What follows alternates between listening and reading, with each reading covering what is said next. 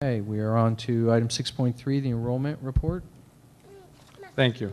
I'd point the board's attention to one item that I decided to put in front of us this evening, which is an Excel file. I think there's some that were on the back table if the audience wants to see them. It shows where the incoming 2016 parents were coming from in terms of online registrations.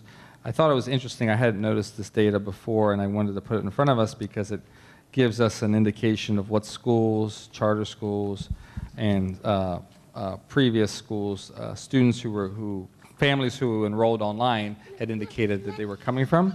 And I just thought I would share that with the board. As you can see, there is a deep variety of places, including the besides Oakland and Antioch and Aspire and Berkeley Maynard and other school districts, and a number of small preschools that the kindergartners are at the bottom of your list, where we had parents coming to us to register to attend our schools this year. So I thought it was interesting information. What I would like to know is the opposite, which it's difficult for us with our staffing level, but I'm trying to see if we can't take some work on that, because what we've learned in the last few weeks regarding enrollment is we had about 30 to 40 families that went through the whole process of enrolling, brought in they went through all the online process, and they didn't show up.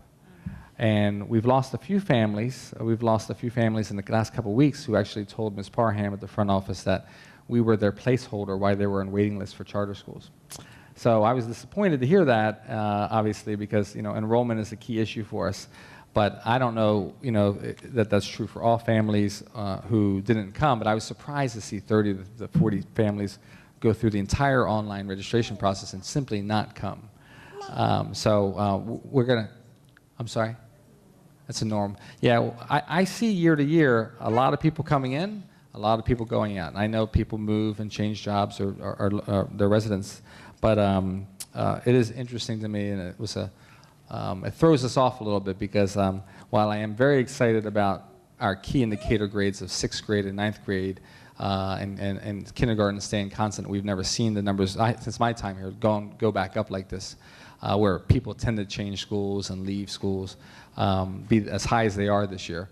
Overall, the numbers aren't as large as I was hoping for, but I know we've got a very small senior class leaving. We've got a small 8th grade class that's been a small bubble for years, which really was, I think a couple years ago, many parents coming to 6th grade decided to go elsewhere. So that small bubble is coming through.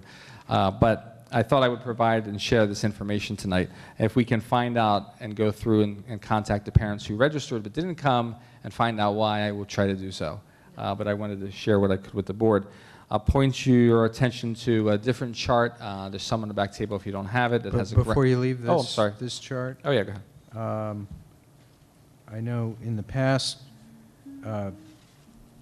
before I was on the board, and it was maybe when we had the outreach coordinator position, every family that left, it was attempted to have an exit interview with them. Oh, yeah. Oh. And it's just something to consider. We may not have the staffing for that anymore, but maybe it could be part of someone's job. Possibly part of the parent outreach coordinator. That would be a yes, good thing. Yeah. Exactly. Okay. Thank you. Appreciate that. Also, I'm curious to how many folks from ECDC and how many folks from One. our Head Start program. 2 and 1. I see a few on there. Is that the total? Yeah, at the bottom, I think we have our incoming. That seems lower than expected or normal? Or typical? I don't know. Ms. Miles may know as well. It seems like there's just a few students sometimes who come over from ECDC or Head Start. I'm not sure how many. Is that true? A couple every year? You want to come up? Ms. Miles does a great job every year going to those classrooms and presenting as well. It's one of our kindergarten teachers. Yes. So part of the problem this year was just coordinating it. We did attend both the Y, and because of timing, there weren't a lot of parents that showed up for the presentation that we did. Okay. At ECDC this year, there was transition in that their director was not there.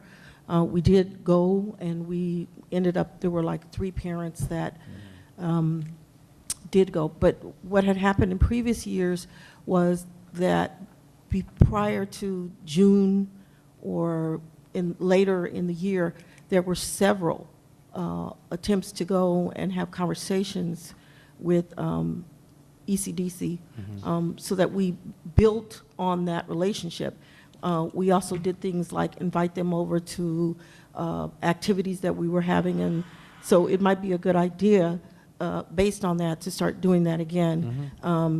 We invited them to the Harvest Festival. We invited them to other activities that we had so that they would start participating more as part of our community. And at the end of the year, there usually is an opportunity where those students come and visit the campus. And so they get an idea of what it's like, and their parents are also able to visit. And we also had days when people can come and take tours. So those things need to be put back in place if that's where you're reaching for the Y and ECDC. Great, thank you. Is it true over the years? Has it just been a few? I guess I was wondering that. Per I'm year. sorry, what was the question? About how many students per year do we get from the ECDC and Y? I can remember in kindergarten that I had, in previous years, I had more students coming from ECDC. Okay, thank This you. was a year that I say very, 3, that's that's low. Okay, thank you. Thank you. All right, you want to go on to the chart? Yes, thank you. The chart has our key indicator grades where we have transition to kindergarten, TK kindergarten, excuse me, 6th grade and 9th grade. I think these are very positive for us because, as I was saying, these are the critical times, as you know, when parents are transitioning or making decisions to change schools potentially. We have some excellent 6th grade teachers this year, Ms. Wren, and we're always working hard to find the strongest teachers. And I think that as parents get more and more confident about our programs and what we can offer and what we can do here, and as we continue to improve that with high quality teachers, because that's really what makes the difference, I think that we're going to see these numbers continue to go in a positive direction. So that makes me happy. The wash in and wash out, so to speak, of people coming in and leaving didn't change our numbers overall dramatically as I thought that they would be. When I last reported to the board in any public events, I was basing my estimations off of the online registrations and didn't realize so many parents would go through this and then simply not show up. So overall, the numbers are holding steady, and I believe if these key indicator grades are any indication, they will eventually continue to go up. Yeah.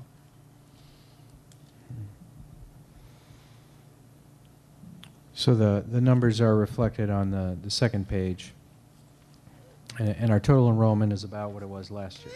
It's running about the same right now, yes, with probably anywhere from 60 to 85 parents leaving, 60 to 100 maybe leaving, coming in, just in terms of this transfer of people transitioning. But yes, they're about the same overall. Okay. All right. Okay, go ahead. Did you look at, the senior class is our smallest class. Do we know what happened to those 8 kids? We don't know yet. I had some anecdotal data from Ms. Good regarding some personal issues and regarding their home life and things that were happening, but I don't know offhand the situation for all 8.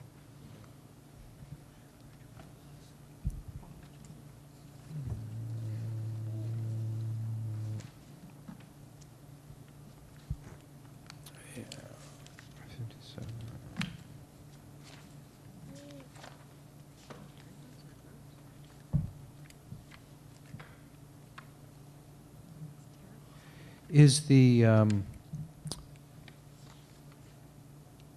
I know we approved a job description of the bilingual parent outreach coordinator a couple of weeks ago, but I'm not recalling sort of outreach for enrollment purposes playing any role in that person's job. Can you address whether that's going to happen? I'm sorry, can you just repeat the question?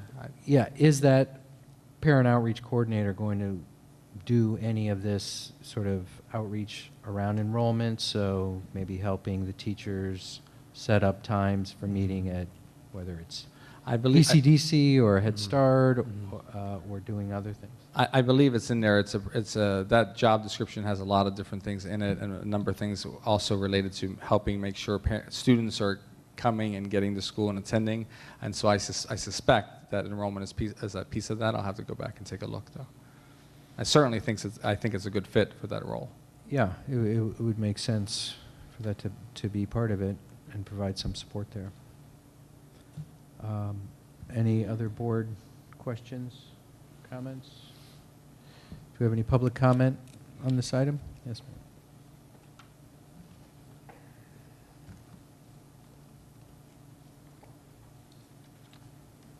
Good evening. I actually wanted to ask about overcrowding. I know you guys are looking at numbers to get more students enrolled, but there seems to be an overcrowded issue. My daughter, she's first grade, and there's like 26, I believe 26 first graders in her classroom. And a lot of them have behavioral issues. So I wanted to know what you guys were doing about that. And also, is there any chance that we can get like an aide in the classrooms? I try to come out as much as possible to volunteer. I came and went with her to music class, and I was just so happy, excited that they have music class here. But sitting in the classroom, she won't really be able to benefit from it because some of the kids were jumping around, jumping off the chairs, punching each other. So I came here tonight to ask about that. Like, her class is overcrowded and the behavioral issues are too much. And it was like that last year as well. So are you guys working on that? Well, I can share with you that, you know, we endeavor to keep our class sizes low. I know at different grade levels it differs. I know that I believe the 4th and 5th grade classes usually are very large. I think last year, I don't know offhand, this year they were running around 32 or 34 students probably. There are many school districts with first grade classes, my wife being one of them, in the 2nd grade in Redwood City with 31 second graders. And so it really is dependent on how many kids. We weren't anticipating that many first graders coming in. Now, at some point, if those numbers, if the demand were to continue, we would have to add a teacher. Right now, though, in the district's opinion, 26 students is not, while our teachers may not be used to it over the years, it is not something that would be able to justify a $100,000 a year or $120,000, whatever it is with benefits position for an additional teacher at this point. So I do know the teachers, all teachers would prefer the smallest class size possible because it does make things easier. I understand that, but at this point, I believe that we're okay in terms of our staffing. Okay, and what about the behavioral issues that a lot of the students seem to have? That's a very good question. In my experience, those behavior issues come and go sometimes depending on what classroom that the students are in. I've seen students, particularly you see it at middle school and many middle schools, that students go from class to class depending on the adults in the room and how effective they are. Those students are, if they're not engaged or they're bored or they don't sense the teacher's respect and authority, they will jump around or they will not be behaving themselves. So it concerns me, some of what, I appreciate what you're saying tonight. I do worry anytime I hear that a class is acting in that way because some of my first questions are, you know, is the teacher engaging them as soon as they come in? Are the kids interested? Does the teacher have a relationship with them? Yeah, it seems to be better this year. Her teacher is really engaged. She's a great teacher, but I mean, there's the behavior issues are still there. I see a lot of the students who she was in the same class with them last year, and they're rolling over on the floor, they're jumping off the desk, and it's like it's out of control.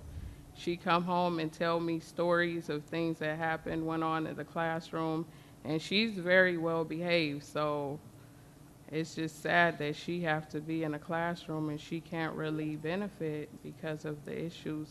And then what number do you guys need to get to in order to get an aide in the classroom? What number, 40 or? We don't have it. Number. There's not a magic number for us on that typically, and so it's not something that school districts have to look at that and whether in terms of the effectiveness of that position, spending that money, and so I don't have a definitive number for you on that. Okay. We have 2 aides. We currently have 2 And do instructors. they spend time in the first, and maybe, are they able to spend more time in the class, the grade levels that have more needs? And more I'll have to students? check their schedule. I know they do rotate through different classrooms.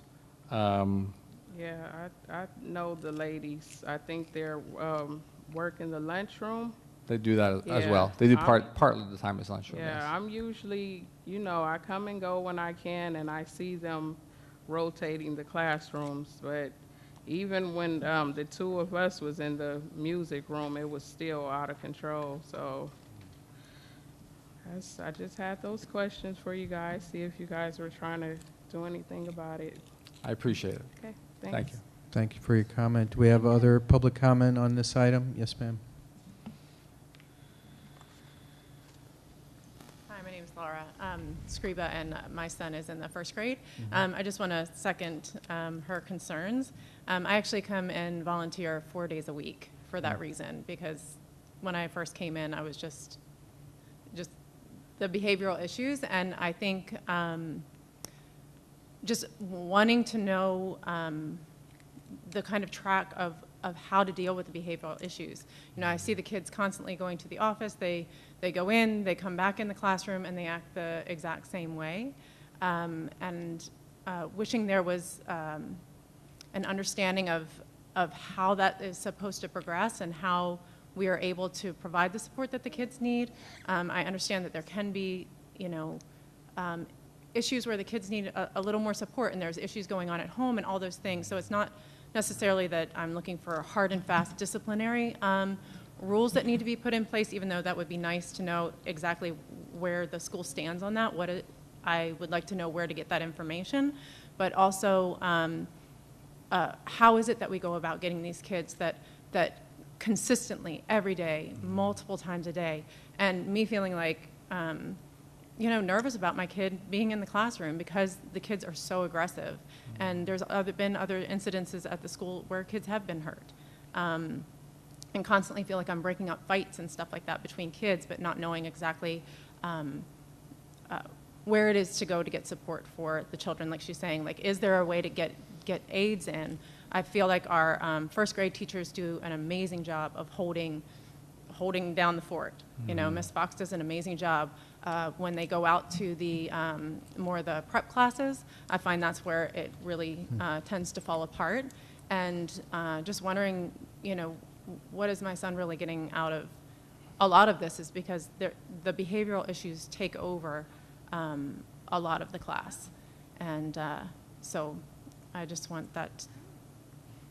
Okay, Yeah. thank you for So I your know it's not comment. an easy question, but maybe another time would be a great time that I could speak with someone. I am new to the school, so just learning the ropes of where to go as well. But And I would point you to the principal and Mr. Rogers also, who's working with our new efforts at a positive behavior system. And so Okay. either Ms. Lang or Mr. Rogers probably would be a good person to follow up with. Okay. But I appreciate both your feedback tonight and input, because I know these are real issues that you're bringing up.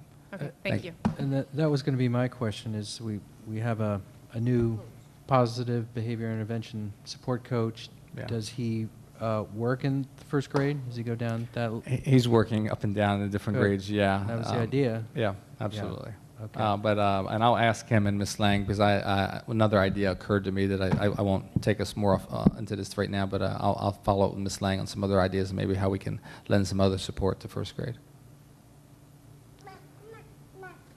Okay. Other public comment? Member Pats, did you have a comment? I just want to thank both parents for volunteering in the classroom. I think community involvement's really important here, and it's how we're going to improve things. So I just wanted to take a minute and acknowledge and thank you both I really appreciate it, and it's invaluable, and there's going to be more opportunities for parents to participate in the school as we go through the agenda this evening, so thank you. Yeah. Here, here. Okay, any other board comment? This was an information item. So we're going to move on to